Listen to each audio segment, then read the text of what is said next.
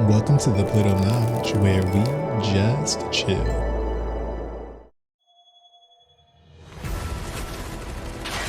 I'm feeling every single bullet. Their ire manifests once more. Do not underestimate this foe. Your foe? Sephiroth. What am I supposed to do? Their luck runs out, but mine doesn't? I'm the only one who gets a pass?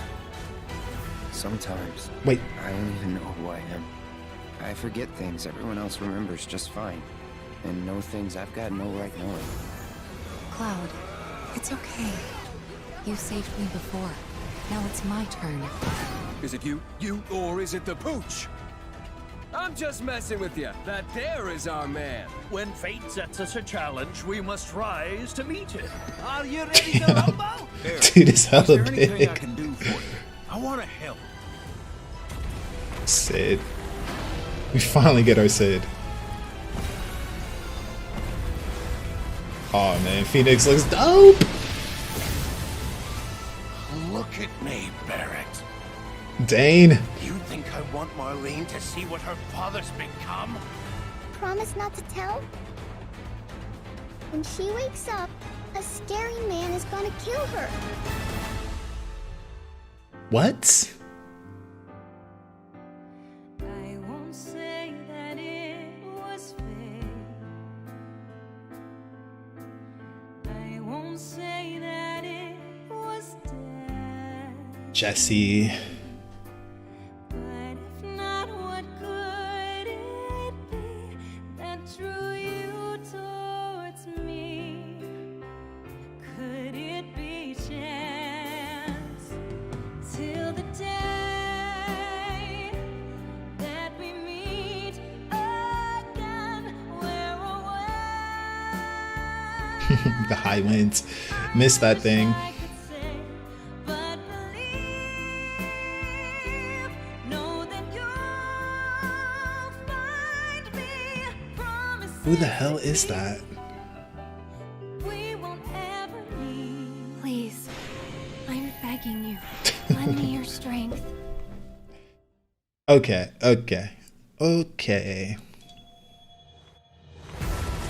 The world will be saved, but will you? So who is that? Who's that targeted to? Or is it just kind of marketing, kind of filling the space?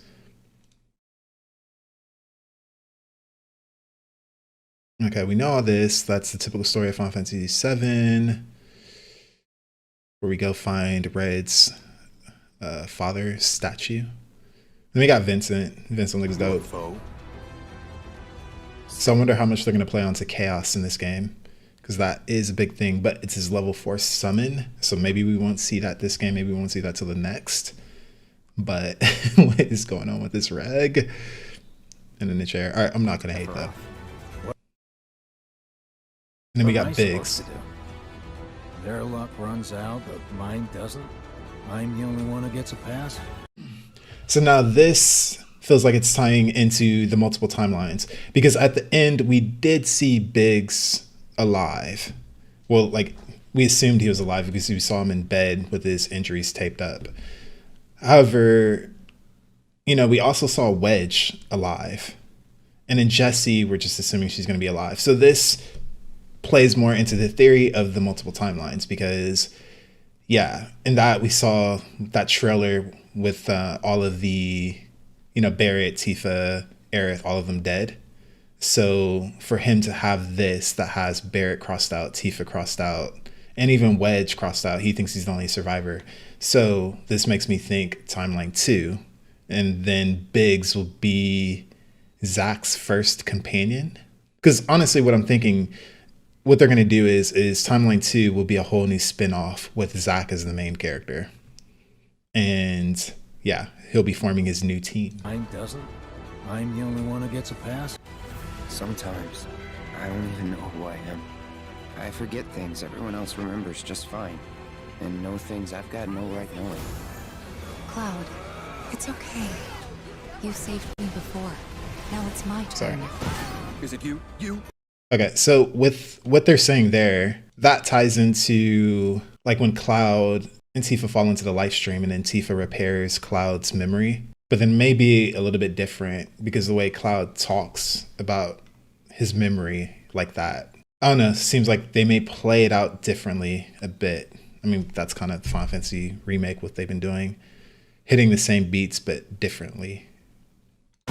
Is it you, or is it the pooch? I'm just messing with you. That there is our man. When fate sets us a challenge, I don't know must who the hell that rise is. to meet it. Look at these legs. I was like, man, we need a comparison between him and Chun-Li. But holy cow. I mean, what the hell is his kneecap? But yeah, that's crazy. Aerith, is there anything I can do for you? I want to help. Man, Cid's voice is a lot different than what I was expecting. I guess curious what they're going to do with Cid, because there wasn't too much to go off of except like the hella grumpy, but still having like that heart of gold, I guess. But this, Aerith, is there anything I can do for you? Like, this doesn't seem like the Cid I know. Is there anything I can do for you? I want to help.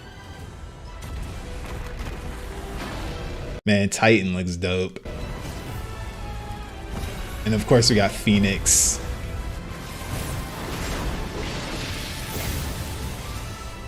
Oh my gosh, I wonder how Phoenix, like I typically don't do gameplay mechanics when I do, I like to focus more on the story, but holy cow, like I wonder how Phoenix is going to work and how it's going to work with materia, if you're going to be able to do some of the stuff you can do in the original game. Because when you fight them weapons, like one of the strategies is you have to equip, like do last attack, I forget what the materia is specifically called, and then you pair it with Phoenix. So then when the Ruby weapon does its final attack and kills your entire party, then you do one last attack before you die and you cast Phoenix, and then Phoenix reses all your party members. So I wonder if you're going to be able to do stuff like that again. Because one thing, when they do those weapons, like they're going to have to make them incredibly hard or else they'll feel cheap. They'll feel lame.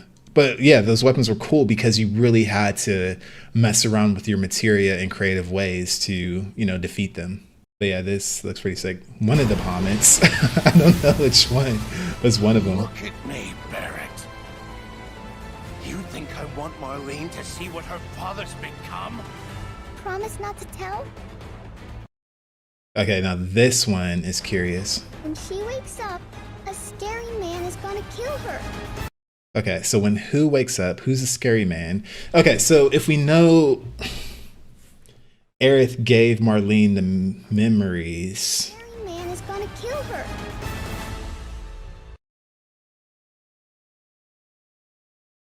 Scary man is gonna kill her. Oh, okay. Oh, I'm dumb. Because if she has the memories that Aerith gave her, then the only memories that she has of a man killing a woman is Sephiroth killing Aerith. But if she only has Aerith's memories, Aerith doesn't actually get to see who's behind her. I mean, granted, she knows who's going to kill her, of course, but she never actually sees it. She's like looking at the team, Cloud and the team, and then the sword comes in through her back, and then her face just drops. So, but yeah, I guess she's obviously talking about Aerith getting killed by Sephiroth. But that implies that and then of course the next scene they show Aerith. So that implies that that woman that's asleep.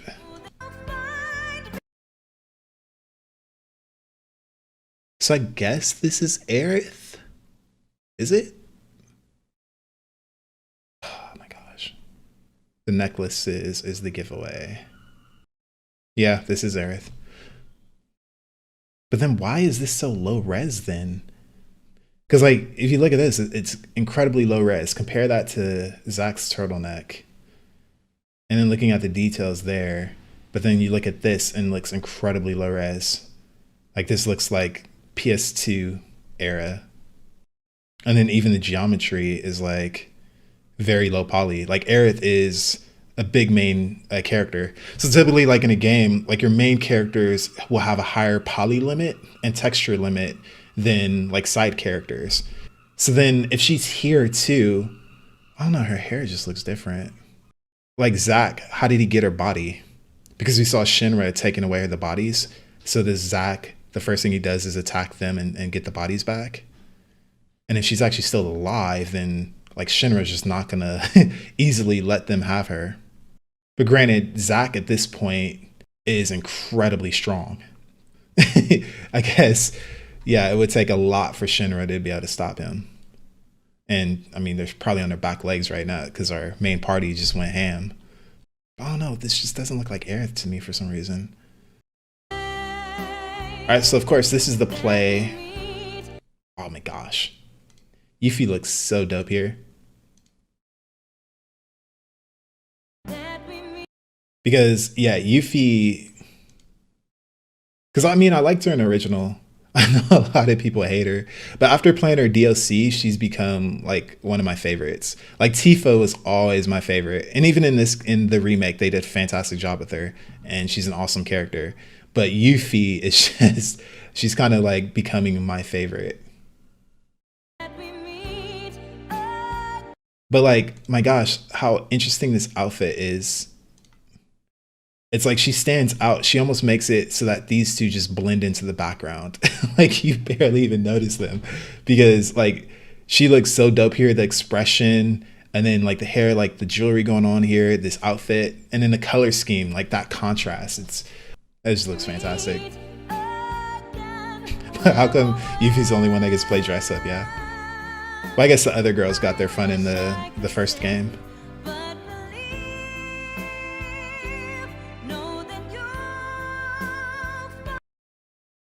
I just don't see Aerith. Do you guys see Aerith? I don't see. Where is this? Because this area feels so Crisis Core to me when I look at this. It's like my immediate thought. It looks familiar. Like I should know who this is. It almost looks like Aerith when she was younger. Like it looks like Aerith in Crisis Core. Okay, yeah, because when I put this here, yeah, okay, yeah, that is Aerith in Crisis Core. So this is a younger Aerith. But then if it's a different timeline, that makes no sense because we would have already seen that Aerith in a different timeline and she looks like the regular Aerith. Oh. So all the live stream, this all being like in the live stream, that theory, that might be coming back alive now. Huh. Yeah, okay. Yeah, that's definitely her. That is definitely her. Now then yeah, this doesn't make sense anymore for the multiple timelines. So that must mean, could this be... All right, so let me properly explain. The two big theories. One is there's multiple timelines. There's timeline Beagle, there's timeline Terrier. I covered that in my last trailer analysis, but there's also a big live stream theory. So that for some reason, the live stream, similar to like when Tifa was repairing Cloud's memory, that Zack is conscious in a live stream and it's kind of somehow building the world. I forget, it's been a long time since I was invested in that theory. Because honestly, I didn't really like it. Like, I mean, I could see it made sense and I could see it being a definite possibility, but it was one of those things I was kind of hoping not the case. Because it's kind of like, yeah, it's all in a dream. What's real, right? What's reality? I have a hard time kind of grasping stuff like that because it's not grounded in any way. So really anything could happen. Anything could be erased. Like, you can justify and rationalize pretty much anything that could happen in that type of world. So I don't find that interesting because I don't know what's real and what's not, if that makes sense. But rant over. I mean, yeah, if this is actually the live stream theory, all I can say is a possibility. I can't analyze anything about that live stream just because, like I said, they can throw anything into that type of story and it is what it is, regardless if it makes sense or not. So I can't even attempt to actually make sense of it. Of course, they're showing Aerith here. This is that pivotal scene where that sword just comes. But the fact that they're showing so much, because they hinted at it in previous trailers too, like I just don't think they're going to do it. it's like at this point the big plot's supposed to be if it actually happens, because I don't really think anyone believes at this point that Aerith is going to die in the remake. It just does not seem likely. When you see the black feather, so we know Sephiroth is there. So I mean, just how will the scene change? Aerith obviously knows this is going to happen, and then they've already did the fake out death in part 1 with Barrett getting stabbed. They do another fake death after the Barrett scene, then it's really just going to cheapen the whole trilogy. I don't know. And then when I first saw this too, like Reddit 13 painted, I was like, I wonder if they're going to do that storyline, because in Final Fantasy VII Original, they actually cut a whole storyline where Hojo was cloning Red 13 and he had to fight like his, cloned brethren essentially. So when I saw this, I was like, damn, are they going to do that storyline? But then I realized it was the play. But damn, and then Barrett got added to the play, and Barrett looks dope. I didn't know who the hell this was until I saw this freaking Gatling gun.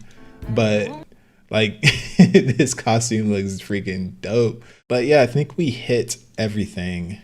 Yeah, with anything on this trailer, I gotta say, the people that believe in the live stream theory just got a huge boost. Because I thought that theory was dead after the last trailer, but this changes everything.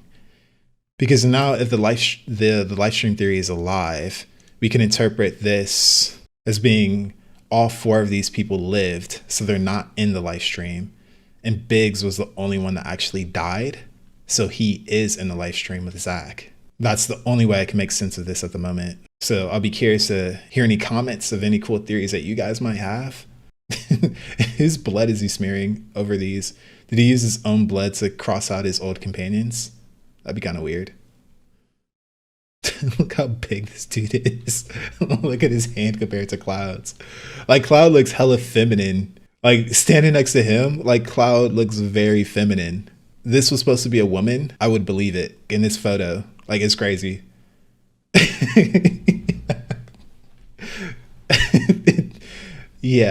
Yeah, it's crazy. Thank you so much for watching. Please leave comments if you agree or disagree or have other thoughts that you would like to add, so we can have a nice little discussion, because one of my favorite things in the world is talking about games, and especially talking about stories, mysteries, and all that stuff, and maybe some things I missed in this trailer, like little hidden details, etc. Should be really cool. So, but anywho, thank you so much for watching and have a great day.